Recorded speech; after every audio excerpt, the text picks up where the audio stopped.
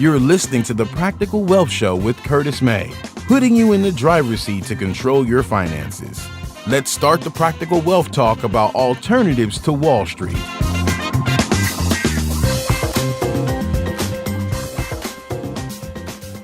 Here's part 2 of our wealth interview. To listen to part 1, check out the previous podcast episode. Thank you. This is Curtis May with the Practical Wealth Show, and I've got a very exciting show today, and I've got a special guest, Dan Zitowski, all right, and from Zitowski Capital Management. So how would you get somebody comfortable with the idea that, wait, I live here in the Philly area or in the Delaware area like where you are, but you want me to buy a house in Cleveland or in Birmingham or wherever? What kind of due diligence goes behind that? Well, that's a great question. I appreciate you asking that because that's so important. Due diligence and emerging markets are two of my biggest plays. What due diligence? Well, a lot of people are investing in, they're working with me. Now, I don't, like I said, I don't make money in the management company. I'm involved in the transaction of the deal. And that's how we make our money, whether it's acquiring the properties, getting them rehab, getting them managed and selling them off, or working with different people in our industry to be able to bring our investors in and say, here, give them a good deal. We're going to help you out. We're going to bring our investors in. So we partner that way. But the way I do due diligence in any market I get into, before I get into it, is obviously I do all my research, and my research goes everything from the market, the job growth there. I look at the Chamber of Commerce. I look at Economic Development Corp. I look at infrastructure, what's happening. And this is going on since the 90s when I bought out in Arizona and Vegas before anyone else did. Okay, then when I'm in the market, I will never let anyone spend $1 in that market. And you don't invest with me. You don't send your money to me. But I will never let you buy anything in that market unless I screw it up myself, which means I'm going to buy multiple properties through notes. I'm either going to buy the debt from the banks, tax liens, distressed sellers, or I'm going to go to property managers and say, hey, I want to buy 4 or 5 properties. Does any of your owners want to sell anything off? And I'm not even at that point looking to make money, as crazy as that sounds. What I'm looking to do is build my all-star team. So I'll deal with multiple property management companies. Usually I try to deal with 2 or 3 property management companies. I fly out there. I spend a good amount of time in that market, and I learn who the great contractors are, who aren't so good, who the better property managers are, who aren't so good. I get my title companies, my attorneys, my property managers, my contractors, and my realtors. And I learned that market as best I could. And inevitably, it always works. Your greatest property managers are going to come up with the greatest contractors, and they have a team in place. And when I say a team in place, it's not 1 or 2 people. Hey, you buy a property from me. Hey, we manage it for you. Hey, we do the rehab for you. Hey, we do everything. And they don't have a team in place. The property managers we want to work with are property managers that have somebody hired to do every job in that company. And when I say that, there's one person who'll handle all the bookkeeping. One person will handle the rents. One person will be like the buyer's coordinator. So when somebody buys a property, they get on the phone, they say, hello, Mr. Jones, Mrs. Jones, I'm your coordinator. I'm going to take you through to closing on this property. So they really look out for a client before they look out for themselves. And they're there long term. They're not in the last couple of years, everyone all of a sudden is a turnkey realtor, turnkey provider. We could all get properties and we could all fix them. We could all sell them to turnkey renters. But it's great. We make our money. But what happens in 3 months or 6 months, or let's say 2 years when the property goes vacant? How fast are they on that property to get it re-rented? What is their advantage? You got to remember this. This is a big one. What is their advantage to re-renting a property for you? Wouldn't they rather go vacant so they can do a lease-up fee again? Because most property managers are going to take 1 month's rent and anywhere from like 8 to 10% property management fee. Most of ours take about 9% because we do a lot of business with them. So what's their advantage? Well, we want to talk to the team. So we sit down with people on that team, and the person who's in charge of leasing up or the lease up person, I want to see what their advantage is, and do they get any bonuses if they get people to re-sign a lease? And I love if they do, because you know what? The owner of the company would rather that property go vacant. Why? Because they get a full month's lease, okay, instead of just a lease-up fee, which might be a half a month. And usually they're doing the maintenance, so they're doing the rent turnover, so they're making money there too. But a great property manager would rather his property stay occupied more. So I'm looking for an occupancy rate of 95% or better. I'm looking for release up how much, how many of these properties are getting released by the same tenant. What's the average length of time of tenant? And then I get in and I look at the work being done. Like I like maintenance free. When I do my properties, if they need new countertops, I say if, because if they're perfect, I'm not going to change them because I'd have to pass that expense on to the owner. But if they need new countertops, instead of going for Manca for $200 or $300, I'm doing granite, which might cost me $700 or $800. So I'm losing money up front. But why am I doing that? One is the property is going to rent for more money. It's going to rent quicker, and it's maintenance free. Because I'll tell you this: tenants will put hot pans on there. Water will sit on there. They constantly seem to get ruined. Whereas granite, that type of material is great, stays in. Floors, if there's wood floors, we'll redo the wood floors. If there's not wood floors, we'll put in like laminate wood. Or in the bathrooms, we'll do ceramic tiles. We'll do tile inserts. So, a lot of people will do things, and I say it all the time. I see it all the time. It makes me sick. They'll go and they have to change the sink, but they'll put the old faucet back on. They'll put an old toilet bowl in, or they'll leave the toilet bowl. I mean, these are things that toilet bowl costs $85 to $120 for a decent toilet bowl. Your faucet for $60. Change the faucets. So all these turnkey operators, I'm going to tell you this. And I go to a market. I was in Birmingham, Alabama. I visited properties from 4 different property managers. There's only one, and I'm so blessed to say I'm lucky enough now to exclusively be working with them. There is only one I would ever work with in that market. And I know friends who are buying properties in Alabama right now, and they're working with some of the other property managers. And I can't tell them anything bad. It's up to them. They have to do their due diligence. These are people who bought properties when I bought notes, and they heard I was buying in the market, so they went and just listened to somebody and said, hey, let me buy properties. And now they're either having problems, or I went and looked at their properties, and literally you're talking about, I call it lipstick on a pig. That's all it is. And they're not in Class B neighborhoods. They're in C minus neighborhoods. They're promising these crazy returns, and they're going to find out how it goes. I mean, I just can't. I will never badmouth another property manager. I'm never going to badmouth any contractor out there. I just know what we do and what we expect. And for us to work with a property manager or a maintenance team, we have to expect that. We have to demand that for our buyers. Otherwise, you got to remember, I own properties in every market that I have investors invest in. So I do what I preach. I don't just get on, and obviously you've seen us speak on stage. I don't just get on stage and say, hey, this is what you should be doing. Go buy my course in the back. This is something I am actively doing day in and day out. Well, look, when I met Dan, I met him at a meetup he was speaking at. And he says, I don't really have anything to sell. And he was, matter of fact, his what was it? The projector wasn't working right. So I'm asking him a question because I'm fascinated. It was the most awesome thing, and you could tell that he lives this stuff and he loves it, and it's all about because see, if in business you can't stay in business long range and not create value because people will find you out. Real quick, the word gets out that I don't work with them.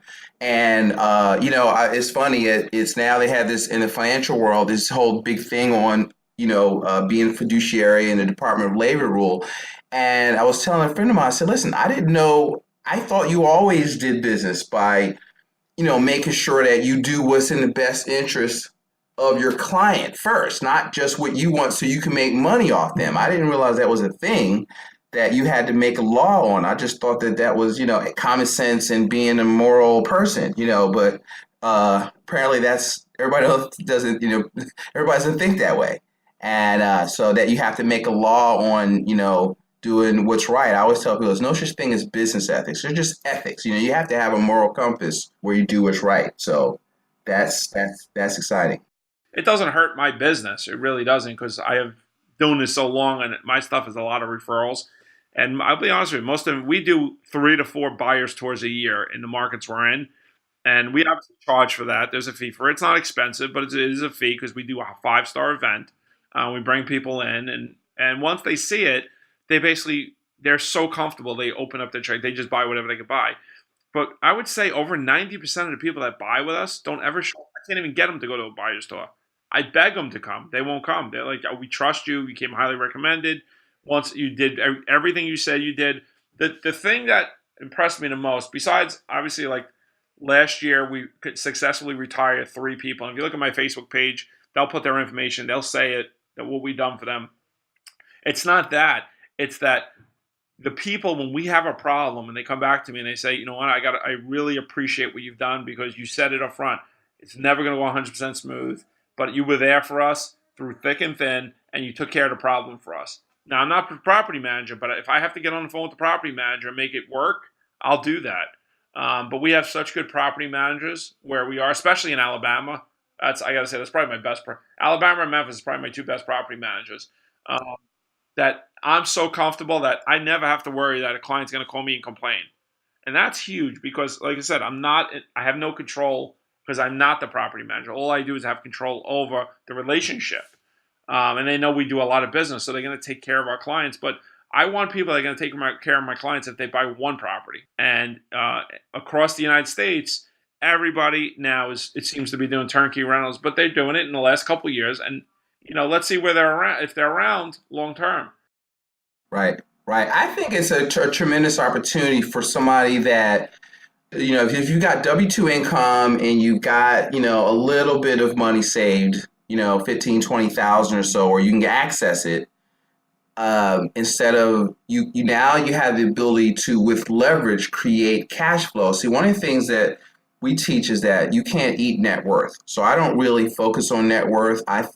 One of the things that my goal is to teach people to buy assets that send them a check every month, right? Because that's the definition of an asset, something that puts money in your pocket every month. And so what people are taught to do is I call 401ks and stuff life deferment plans, right? And so because you're deferring life, they used to be called salary reduction plans, right? So you reduce your salary, all they really do is defer taxes, or better word, more accurate word is postpone. But your money will never be worth more valuable than it is today. So what can you do now? I tell people, look, if you just want to put your head in the sand and not think and just blindly hand your money over to somebody, don't call Curtis, because I'm not your guy. It's your money. It can't be more important to me than it is to you. And so you have to think. You have to learn how. It's hard to win a game you don't know the rules. That's why I consider myself a financial educator, because I'm going to teach you the rules. I'm not going to play the game for you. Okay? That's why I have experts, and I'm bringing experts to you all like Dan to, first of all, you got to know the game is going on, okay? And then, together we'll educate you. So right now, you're getting an education. We didn't even get onto the paper side, right? There's, he is a business, right? He does real estate. We've talked about an asset. Real estate is an asset class, right? Paper is an asset class. See, he talked about notes. He does private lending. That's an asset class called paper. See, when most people hear, they think, when they think investments, they think stocks, bonds, mutual funds, annuities, CDs. That's also in the paper asset class. But, you've got to expand your mind of what's available. And the only way to do that is through education, And so what I teach people, look, you got to work, you got to save. I teach right out the richest man in Babylon. Part of all your earnings yours to keep, manage your cash flow, save money. Right. But, and then but you're not, see, for most people, saving is just delayed spending. You need to save so that you have capital so you can employ your capital. And step 3 of the richest man in Babylon is make your gold multiply. So you've got to move money into assets that generate cash flow. You save that cash flow, and then you buy more assets that generate cash flow. So it's like cash, asset, cash. And then you're in what we call a wealth cycle, right? Most people do is they Parkinson's law catches them, and they make more and they spend more. And it's a saying that expenses rise to meet income.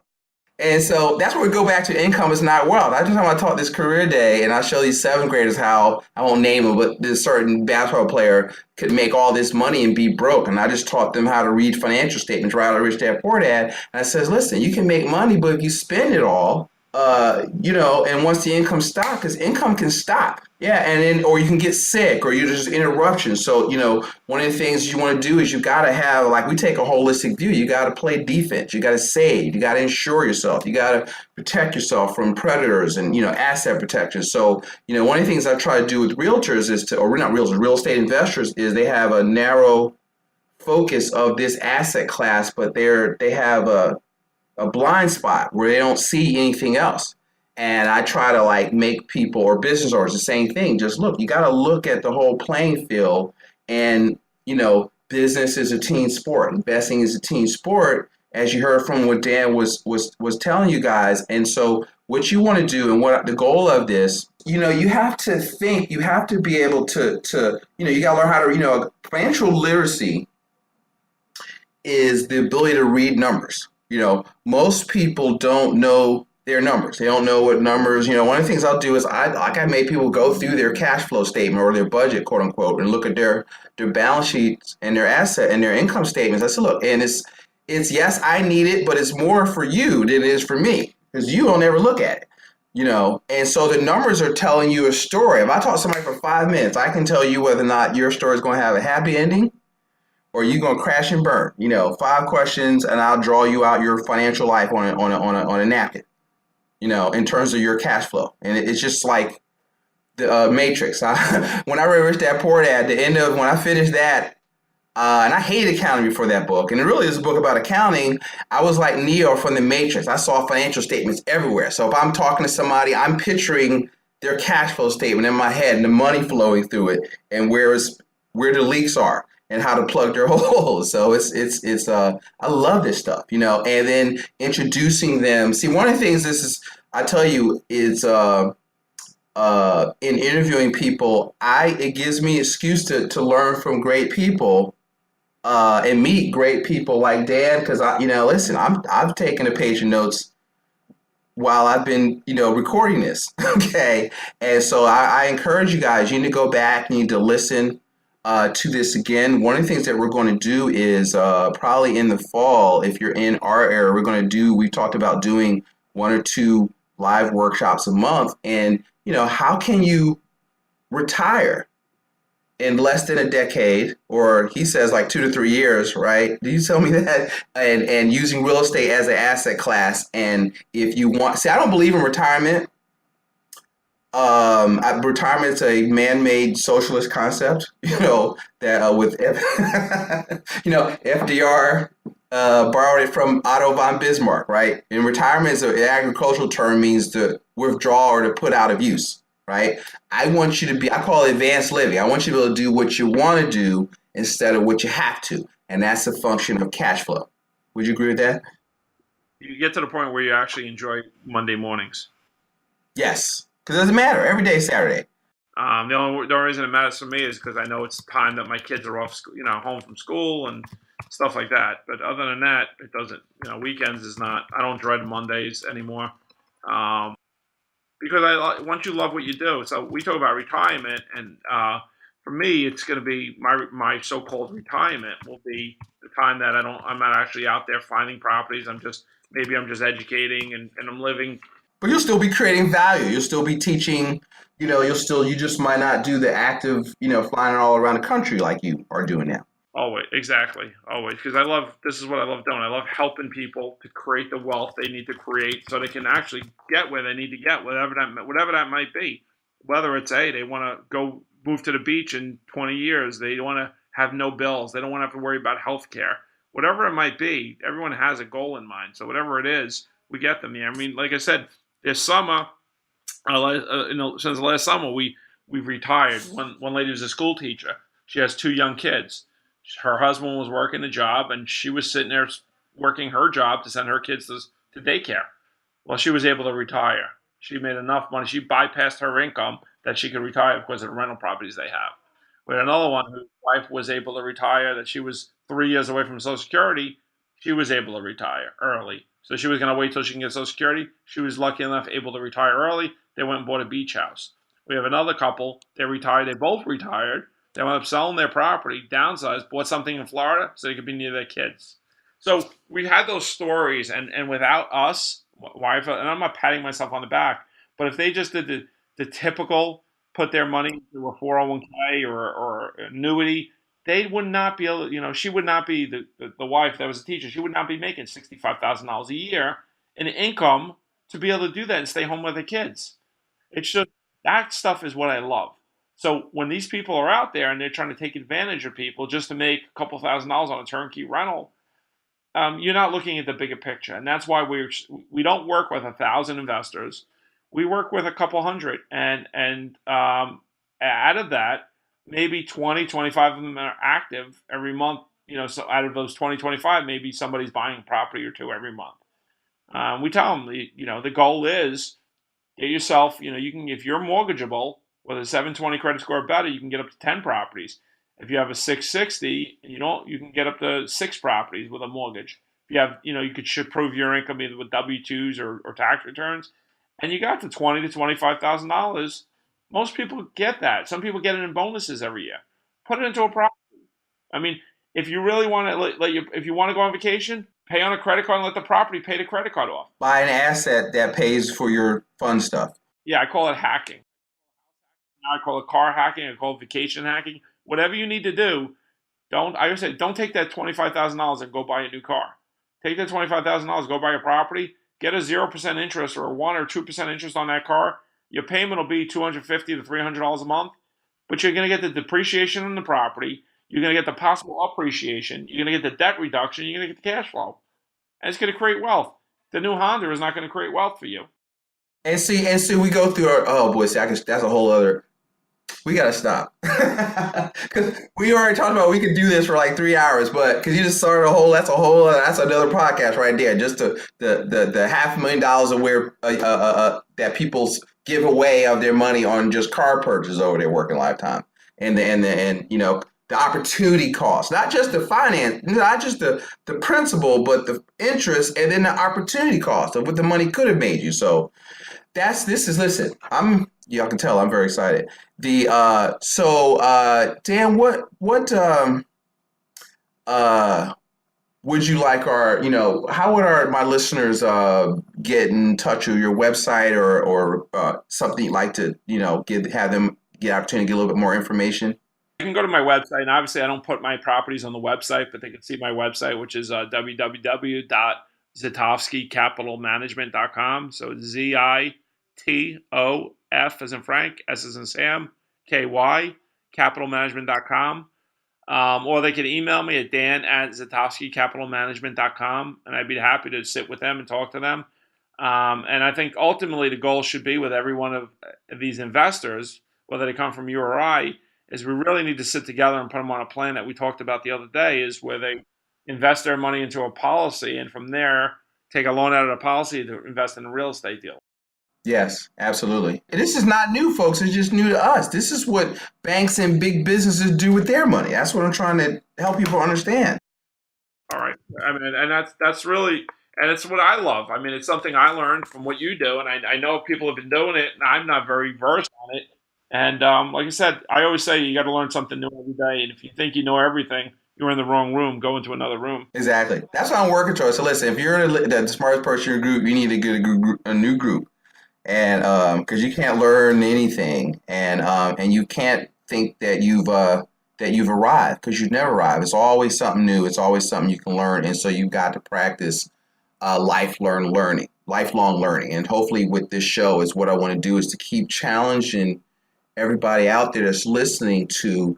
One of the things I challenge all my clients to do is you need to read a book a month. Or really, let's say 12 to 15 pages a day.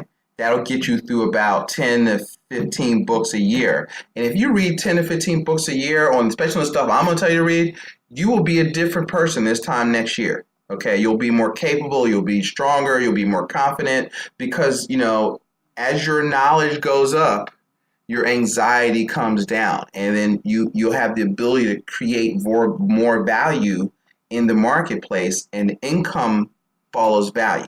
And that's what you got to focus on. And so, Dan, listen, Dan's really busy, so I really thank you for your time and spending time with us today. And guys, I just wanted to, hey, thanks for listening. And so listen out for the Practical Wealth podcast, where we really try to teach you the truth about money. And we want to, as they say in the Matrix, free your mind. Have a great day. And I appreciate you having me on, Curtis. I look forward to meeting with your investors, our investors, and doing some live events together. Fantastic. All right. Thank you. Take care. Bye-bye.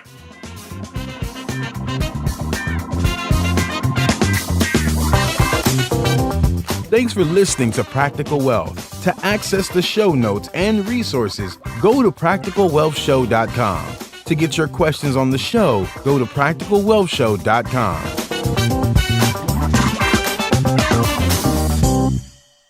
This show is for entertainment purposes only. Before you make any investment decisions, consult a professional.